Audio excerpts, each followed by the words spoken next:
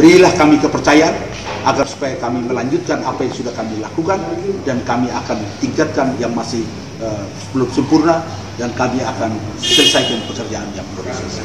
Prinsip saya yang pertama adalah rakyat tidak boleh lapar di daerah yang sangat sulit. Itu prinsip saya, dan saya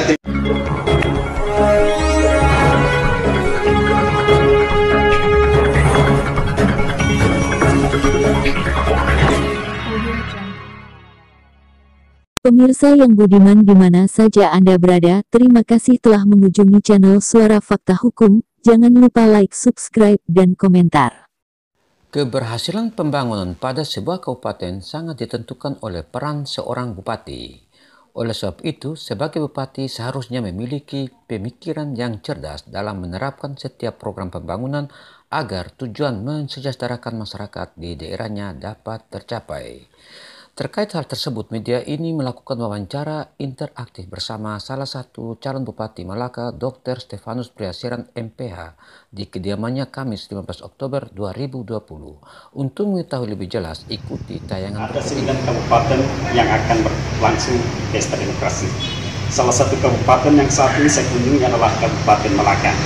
Kabupaten ini adalah kabupaten baru, yang baru 5 tahun berjalan, tetapi dari sisi pembangunannya sungguh hadir. Maksudnya saya di sini saya saksikan langsung bahwa ada perubahan signifikan. Tentunya hal itu tidak terlepas dari kebijakan dan kreativitas pemimpinnya, dalam hal ini bupati atau kepala daerah yang bersangkutan.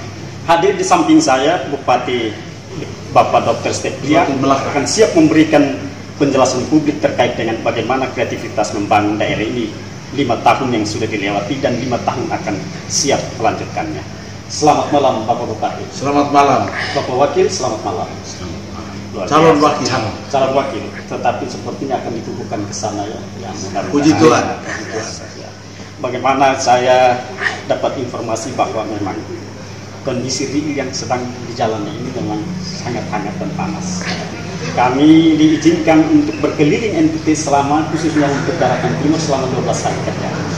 Dan malam ini kami ada di Malaka, dan syukur kami bertemu Bapak berdua dalam keadaan sehat walafiat.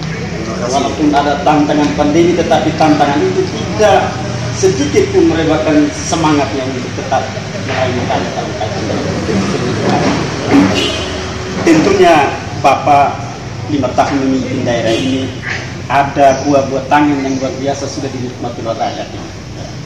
Kita tahu bahwa ada satu semangat di mana ada deadline-nya, yaitu revolusi pertanian, dan itu sampai di tingkat nasional. Nah, tentunya kiat-kiat yang dibangun selain pertanian juga ada hal-hal lain yang berikutnya. Suara Bapak saya persilakan. Terima kasih. Pertama, kami menyampaikan terima kasih kepada para sahabat yang mau menggali sesuatu hal yang kecil yang kami sudah buat di Kabupaten Malaka itu. Ketika tahun 2015 kami mencalonkan diri untuk menjadi kepala daerah bersama dengan Bapak Dr. Andus Daniel Asa almarhum, kami telah memiliki satu cita-cita, adalah kami harus berbuat sesuatu yang baik untuk rakyat supaya nama kami dikenal sepanjang masa. Prinsip inilah yang mendorong saya untuk bekerja all out dengan menggunakan resources yang terbatas. Saya berusaha untuk bekerja dengan sebaik-baiknya, dan sudah hampir 5 tahun rakyatlah yang memberikan penilaian terhadap apa yang sudah saya kerjakan. Prinsip daripada seorang kepala daerah ya dalam rangka menjabarkan visi dan misi yang dituangkan dalam program kegiatan. Itu garis besarnya hanya ada 2. Yang pertama, berusaha untuk mengatasi persoalan yang sedang dihadapi oleh rakyat. Yang kedua, dia berusaha agar supaya kebutuhan mendasar yang dibutuhkan oleh rakyat supaya hidup layak dan pantas itu tidak buat.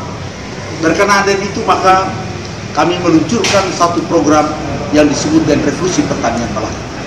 Alasannya karena tanah Malaka ini tanah subur. Lebih dari 80% penduduknya bertani, dan semua kader-kader dari Malaka ini besar dan tumbuh itu oleh karena hasil pertanian. Oleh karena itu kami membuat program yang disebut dengan revolusi pertanian Malaka, definisinya adalah upaya yang sungguh-sungguh dengan cara-cara yang luar biasa supaya dalam waktu yang sesingkat-singkatnya rakyat berkelimpahan makanan. Berkelimpahan di sini pasti ada tahapan-tahapan. Yang pertama adalah untuk makanan rakyat harus memiliki makanan. Dan cara operasionalnya adalah lahan yang dimiliki oleh rakyat yang karena kemampuan terbatas tidak bisa mengolah, maka pemerintah mengolah lahan mereka menggunakan alat traktor supaya rakyat bisa tinggal menanam. Yang kedua, manakala rakyat tidak memiliki kemampuan untuk menyediakan bibit, pemerintah membantu untuk menyediakan bibit. Kemudian kalau dalam pertumbuhan tanaman tersebut membutuhkan pupuk, maka pemerintah juga membantu. Kemudian di dalam pertumbuhan tanaman-tanaman tersebut ada kendala-kendala yang berkaitan dengan penyakit-penyakit yang berkaitan dengan itu, maka didampingi, mereka diberikan pendampingannya, dan kami membentuk tim ahli atau tim pakar revolusi pertanian yang terdiri dari 13 orang, ada beberapa orang profesor dan beberapa dokter dari teman-teman dari dosen undangan Kupang untuk membackup sehingga dari aspek kajian ilmiahnya dan penerapannya itu dapat dilaksanakan dengan sebaik-baiknya. Tanah rakyat lebih dari 2.000 hektar dan hasilnya luar biasa. Sekarang kalau bapak-bapak nanti ke lapangan itu 60 traktor besar sedang memacu tanah-tanah rakyat supaya pada musim tanam 2020-2021 musim tanam pertama, maka rakyat itu bisa menanam makanan, tanaman-tanaman untuk makanan mereka. Inilah yang mendasari, karena prinsipnya manusia itu pertama tidak boleh lapar. Nah, ini yang kami kerjakan. Yang kedua, kami membuat program yaitu total coverage, perlindungan menyeluruh untuk rakyat Kabupaten Melaka. Apabila sakit, maka mereka tidak perlu mengeluarkan biaya karena biayanya akan ditanggung oleh pemerintah. Beberapa rakyat, banyak rakyat kami, mayoritas rakyat kami sudah ditanggung oleh pemerintah pusat melalui BPJS. Kemudian bagi mereka yang belum ditanggung atau namanya tidak ditanggung, kami buat kebijakan apabila sakit maka biaya pengobatannya ditanggung oleh pemerintah daerah. Kami tidak buat Jamkesda, kami tidak buat jaminan kesehatan daerah. Yang kami buat adalah kebijakan di mana kalau rakyat yang tidak memiliki BPJS, kalau berobat biayanya ditanggung oleh pemerintah. Tidak hanya di Kabupaten Melaka, dirujuk ke rumah sakit atau buah juga ditanggung oleh pemerintah Melaka, bahkan dirujuk sampai Kupang, rumah sakit Provinsi Yohanes Kupang juga ditanggung oleh pemerintah. Kalau meninggal pun mobil jenazahnya ditanggung untuk jenazahnya diantar sampai. Kebijakan ini kami ambil karena yang namanya sakit tidak pernah direncanakan, dan namanya kalau sudah sakit maka yang sakit tidak memperoleh penghasilan karena dia tidak kerja. Kemudian kalau dia sakit, keluarga pun ada yang tidak kerja karena harus menjaga dia. Kemudian kalau membutuhkan biaya untuk membayar, pasti dia bongkar modal kapital yang dia miliki untuk supaya membayar biaya kesehatan. Kalau ini risiko ini kalau tidak di-backup oleh pemerintah, maka apabila mereka sakit, maka mereka akan tambah miskin dan mereka akan tambah susah. Oleh karena itu risiko yang ini diambil oleh pemerintah, di mana kalau mereka sakit, biaya yang ditanggung oleh pemerintah, dan ini tidak hanya disepakati oleh bupati, tapi juga disepakati oleh pemerintah, oleh DPRD yang kami tuangkan di dalam peraturan daerah tentang APBD, di mana kami menyiapkan uang untuk problem biaya mereka yang sakit. Dan dengan mekanisme seperti begini, setiap tahun itu kami hemat itu belasan miliar. Tapi kalau kami misalnya ada yang mengatakan bahwa kenapa tidak lewat BPJS saja? Kalau lewat BPJS kan jumlah mereka yang tidak ditanggung oleh BPJS, kami harus bayar iuran. Bayar iuran itu mereka semua yang belum punya BPJS harus dibayar iuran. Kami tidak cukup uang, kami tidak punya uang. Oleh karena itu kami hanya bisa membuat kebijakan dan keuntungannya ada dua, yaitu satu total coverage, artinya semua rakyat Kabupaten Melaka kalau sakit pasti tertanggung karena ada yang ditanggung oleh BPJS, ada yang ditanggung biaya oleh pemerintah daerah. Jadi bukan Jamkesda. Banyak yang salah paham atau dalam bahasa gaulnya itu gagal paham, dikira itu Jamkesda. Tidak, kita tidak boleh buat Jamkesda karena itu dilarang. Kami hanya buat kebijakan kalau dia sakit maka biayanya ditanggung oleh pemerintah daerah. Itu dalam istilah pembiayaan itu namanya fee for service. Jadi bayar sesuai dengan tarif yang ada. Di Kabupaten Melaka ini kalau setiap musim hujan pasti ada banjir dan rakyat sangat menderita. Oleh karena itu kami membuat upaya-upaya secara serius, yaitu kami membuat tanggul dan juga normalisasi badan sungainya sehingga dia menjadi dalam dan dia tidak menjadi. Karena kalau banjir itu kan ada dua sebab. Satu, tebingnya rendah, yang kedua karena sungainya itu dangkal. Jadi kita garuk buat dalam, kemudian tebingnya tidak tinggi. Dan mulai 2016 sampai sekarang tidak ada banjir yang masuk ke perkampungan karena kami telah mengatasi. Yang namanya banjir itu cara mengatasinya dua, atasi sebab banjir dan atasi efek banjir. Selama ini kita hanya atasi efek banjir, sehingga setiap kali hujan banjir lagi. Tapi mulai 2016 di bawah kepemimpinan kami atasi sebabnya, yaitu badan sungainya dangkal, kami keruk, kemudian tanggulnya tidak tinggi, kami buat tinggi sehingga rakyat terlindungi. Yang ketiga, kami konsentrasi buat jalan, karena jalan itu ibaratnya seperti urat nadinya perekonomian, urat nadinya kehidupan manusia. Oleh karena itu kami konsentrasi membuat jalan. Yang keempat itu kami upayakan supaya sumber daya manusia, baik yang aparatur maupun masyarakat, supaya ditingkatkan kemampuannya. Kalau aparatur itu kami memberikan kesempatan untuk mengikuti pelatihan dan pendidikan formal, dan hampir 60 orang sejak 2016 itu aparat kita, baik para pejabat maupun staf, hampir 60 orang sudah magister. Sedangkan S1-nya itu ratusan, dari D3 menjadi D4, kemudian dari SMA menjadi S1, mereka itu sudah ratusan. Kami membantu pembiayaan. Kami berharap nanti ada belasan. Inilah beberapa hal yang kami kerjakan untuk rakyat Kabupaten Melaka. Kami sungguh serius. Dan untuk periode kedua, kami fokusnya untuk menyelesaikan hal-hal yang masih belum sempurna, kami sempurnakan. Yang masih kurang kami benarkan, ya kami buat benar. Dan fokusnya adalah jalan raya. Saya sudah keliling, hari ini kami sudah 33 desa, kemudian sudah di 64 titik. Kami keliling mulai tanggal 2 Oktober di masa kampanye, dan sangat prihatin jalan-jalannya. Aduh, rusak sekali. Jadi kemarin saya diskusi dengan partai-partai pengusung, yaitu Golkar, Nasdem, Demokrat, Hanura, Gerindra, dan PDI Perjuangan.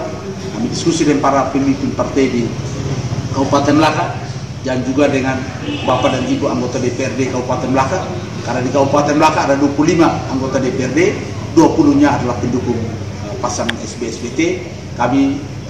Saya telah meminta kepada para beliau agar supaya kepemimpinan kami, kalau Tuhan berkenan, para leluhur merestui dan rakyat memberikan mandat dan kepercayaan, kami akan fokus untuk bangun jalan raya, karena jalan raya merupakan urat nadi itu pembangunan, sehingga percepatan pembangunan itu dapat dilaksanakan. Ciri khas sebuah daerah itu tidak usah jauh-jauh, lihat jalan. Kalau jalannya masih rusak, masih belum baik, itu pertumbuhannya.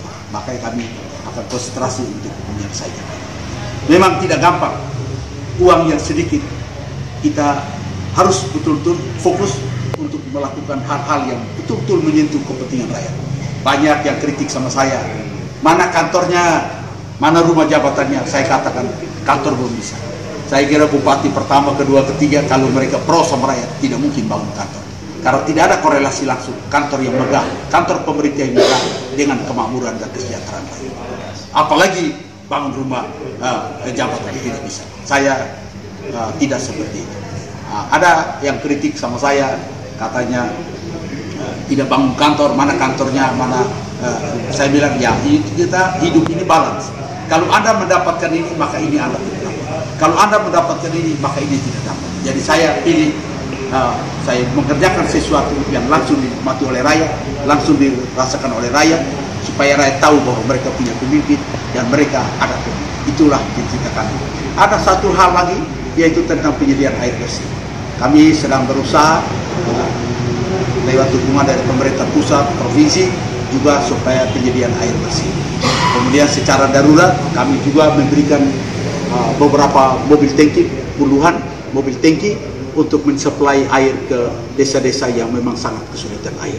Dan itu pun masih belum cukup. Sehingga kami akan merancang, mungkin kami akan rancang satu badan kecil untuk mengelola supaya dapat mensuplai air kepada masyarakat. Karena air itu sumber kehidupan, sangat menyedihkan sekali. Saya lihat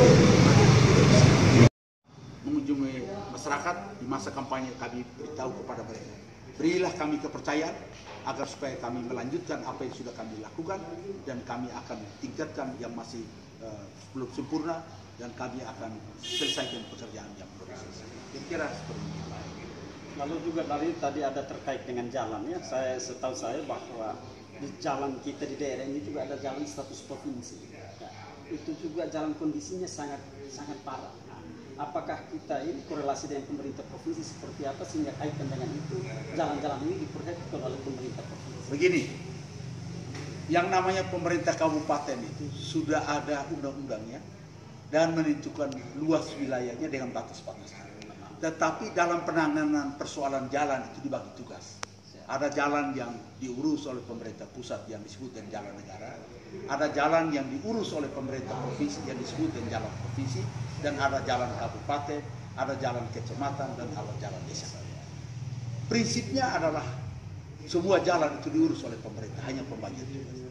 Memang kami jalan provinsinya itu tidak terlalu panjang, dan Bapak Gubernur dan Wakil Gubernur telah bersepakat dengan kami bahwa dalam kepemimpinan beliau selama 3 tahun jalan-jalan provinsi akan diselesaikan. Jadi kami tetap menaruh kepercayaan bahwa jalan provinsi yang ada pasti diselesaikan.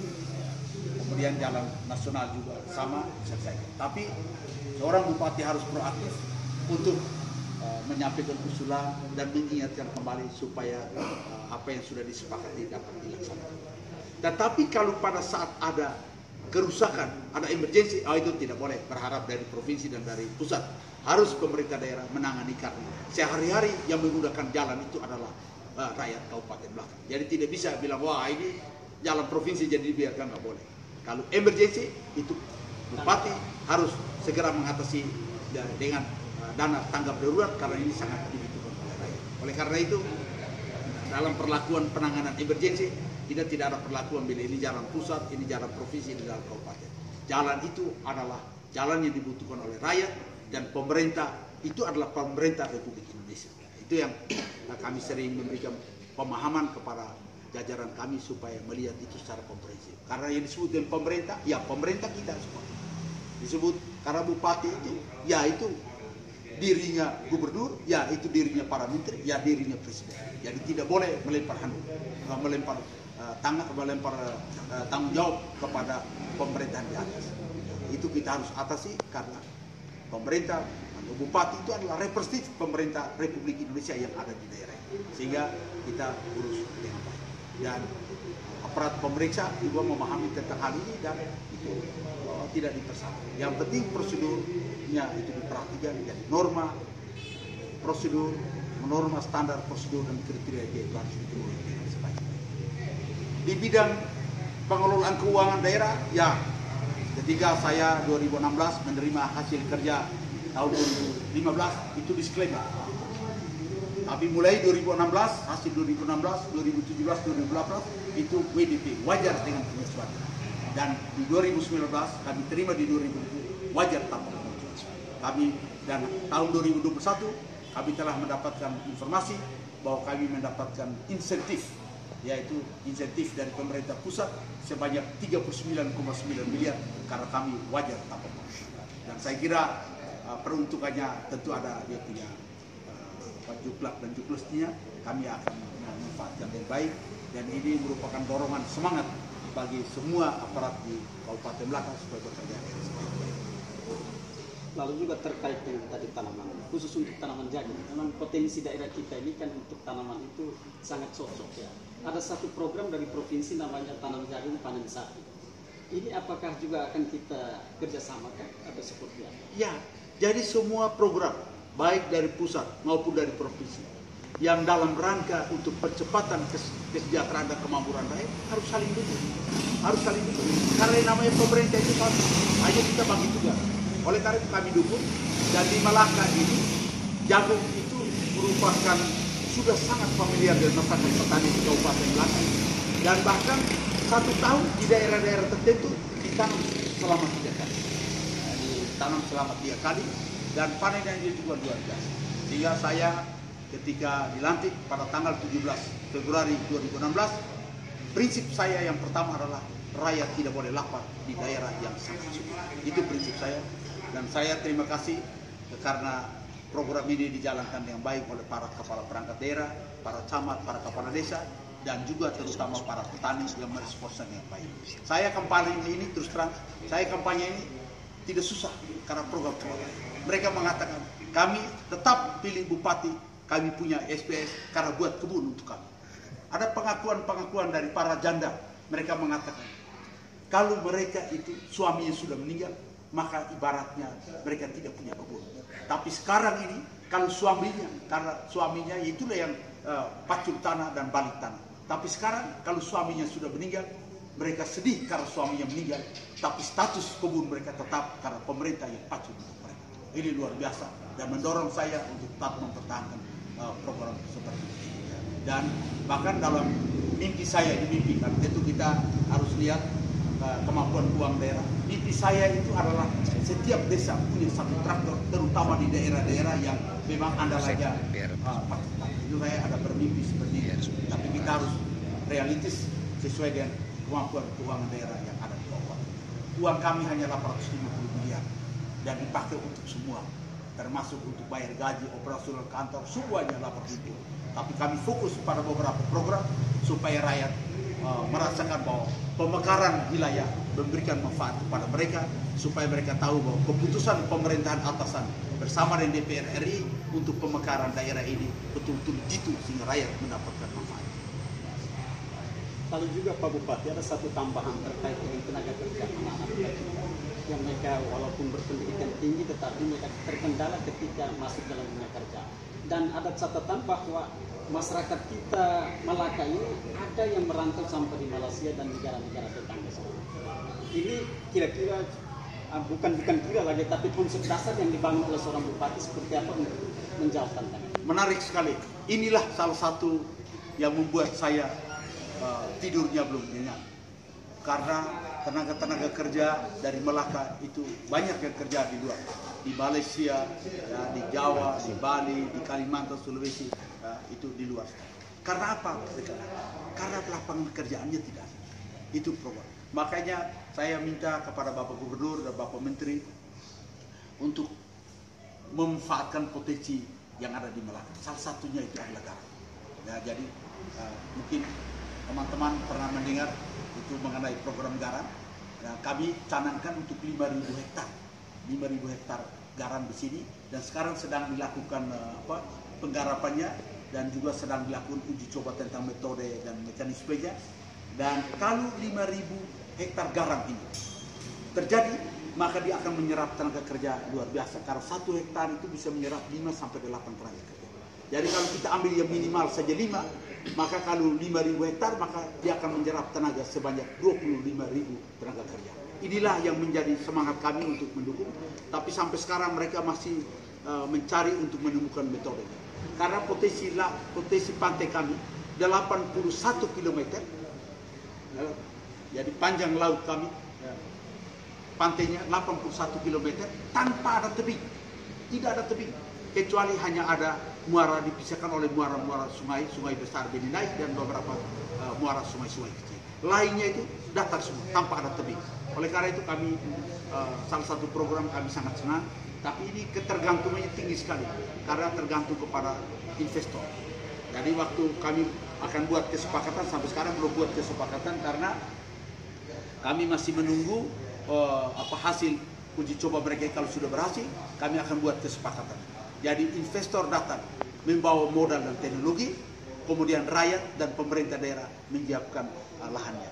Supaya usaha bersama, tidak boleh disewa, tidak boleh dibeli, tapi usaha bersama. Sehingga kita dividennya itu kita bagi bersama, hasil kerjanya bagi bersama antara rakyat yang punya tanah dan pemerintah daerah yang punya tanah. Sehingga usaha ini usaha bersama. Jadi tidak boleh hanya rakyat menonton, tidak boleh itu pemerintah daerah hanya mengandalkan pajak, tapi kita harus usaha bersama. Jadi investornya bawa uang, investornya bawa teknologi, dan pemerintah daerah membawa tanah, dan juga rakyat juga membawa tanah. Ini ya konsepnya yang tidak gampang memang. 5 tahun, 10 tahun tidak bisa. Karena namanya investasi ini pasti ada perhitungan-perhitungannya, dan sekarang mereka sedang mulai. Kami berharap supaya kegiatan ini bisa berlangsung, dan itu akan menyerap tenaga banyak sekali. Kemudian tenaga yang lain tidak ada, kita hanya harap dari CPNS juga terbatas sekali. 2 tahun lalu kita mendapat formasi 500. Tes pertama yang lulus 23, saya susah sekali. Kemudian baru dilakukan revisi, nah itu bisa menyerap 400 lebih, tapi tidak sampai 500. Nah, karena ya, itu kan kemampuan kita untuk ikut tes. Karena apa? Tesnya standarnya sama, ya toh? Itu. Sedangkan anak-anak pendidikannya itu berbeda-beda. Jadi memang agak repot sekali. Oleh karena itu kita berharap investor berkeinginan untuk masuk di belakang, dan kita akan memberikan kemudahan-kemudahan. Tentu tidak boleh menguntungkan satu pihak, merugikan satu pihak. Makanya saya di sini konsepnya adalah investasi usaha bersama antara rakyat, pemerintah daerah, dan investor. Pesan saya adalah ini pilkada ini kan kita mencari pemimpin untuk 5 tahun. Jangan sampai hanya karena cari pemimpin sesuai dengan pesan Bapak Presiden. Setiap kali ada pemilihan kepala daerah, pemilihan legislatif maupun pemilihan presiden, Bapak Presiden Jokowi selalu memesan, jangan karena ini pemimpin setiap 5 tahun persaudaraan dan persahabatan kita rusak. Itu tidak boleh, karena kita semua bersaudara dalam nama Tuhan yang Maha Kuasa, dan kita semua bersahabat karena kita masuk di area yang sama. Inilah yang saya minta. Makanya di Melaka saya katakan, mari para paslon menawarkan program-program yang pro rakyat, rayu sama rakyat, yakinkan rakyat bahwa apabila saudara terpilih, saudara akan mengerjakan program-program yang pro rakyat. Tidak usah saling menjelekkan satu sama lain. Sebab manusia tidak ada yang sempurna. Ini ada yang pergi kampanye itu hanya menjelek-jelekan orang. Mana ada program dan kegiatan menjelekkan orang? Tidak ada orang yang sempurna di dunia ini. Dan kalau pemimpin-pemimpin terdahulu mengerjakan sesuatu tidak sempurna, itulah dibutuhkan pemimpin berikutnya supaya menyempurnakan. Kemudian kalau ada pemimpin terdahulu belum buat sesuatu, itulah maka ada pemimpin berikutnya supaya dia buat sesuatu. Jadi mari kita bergandengan tangan, berjuang, menawarkan program-program pro rakyat supaya rakyat percaya sama kita, dan besok kita buang satu sama lain. Tidak usah berusaha untuk menjadi tinggi dengan berdiri di atas bangkai. Sebab kalau Anda berdiri di atas bangkai, Anda terasa tinggi, tapi bau badan Anda busuk karena disekelilingi oleh bangkai. Inilah yang saya pesan. Mari kita semua, seluruh komponen, jaga suasana ini supaya penyelenggaraan pilkada dapat berlangsung dengan aman, dengan damai, dengan tertib, dan sukses. Suksesnya, indikator suksesnya adalah terpilih seorang bupati dan seorang wakil bupati sesuai dengan ketentuan dan peraturan yang berlangsung. Dan berikanlah kesempatan kepada rakyat tanpa rakyat merasa ketakutan, tanpa rakyat ditekan, dan tanpa rakyat dibohongi. Inilah pesan saya. Dan juga peran pers itu sangat besar sekali. Oleh karena itu pers mohon wartakan sesuai dengan apa yang ada. Tidak usah ditambah-tambah, tidak usah dibuat bengkok-bengkok. Karena pers itu sangat berperan untuk memberikan pendidikan politik kepada rakyat, sehingga partisipasi politiknya itu akan tinggi oleh masyarakat. Baik saudara pemirsa, sebagaimana pertanyaan saya hanya satu, tapi ketika dijawabnya itu luar biasa. Ini tandanya bahwa seorang pemimpin yang luar biasa menguasai tentang materi. Beliau ini adalah seorang dokter, pengalaman praktis dalam pelayanan publik tentunya untuk masyarakat Binteki seluruhnya memahami dan mengetahui persis tentang latar belakangnya. Rakyat Melaka tentunya akan memberikan kepercayaan penuh sesuai dengan hati nurani terkait dengan pemimpin-pemimpin yang didolakan.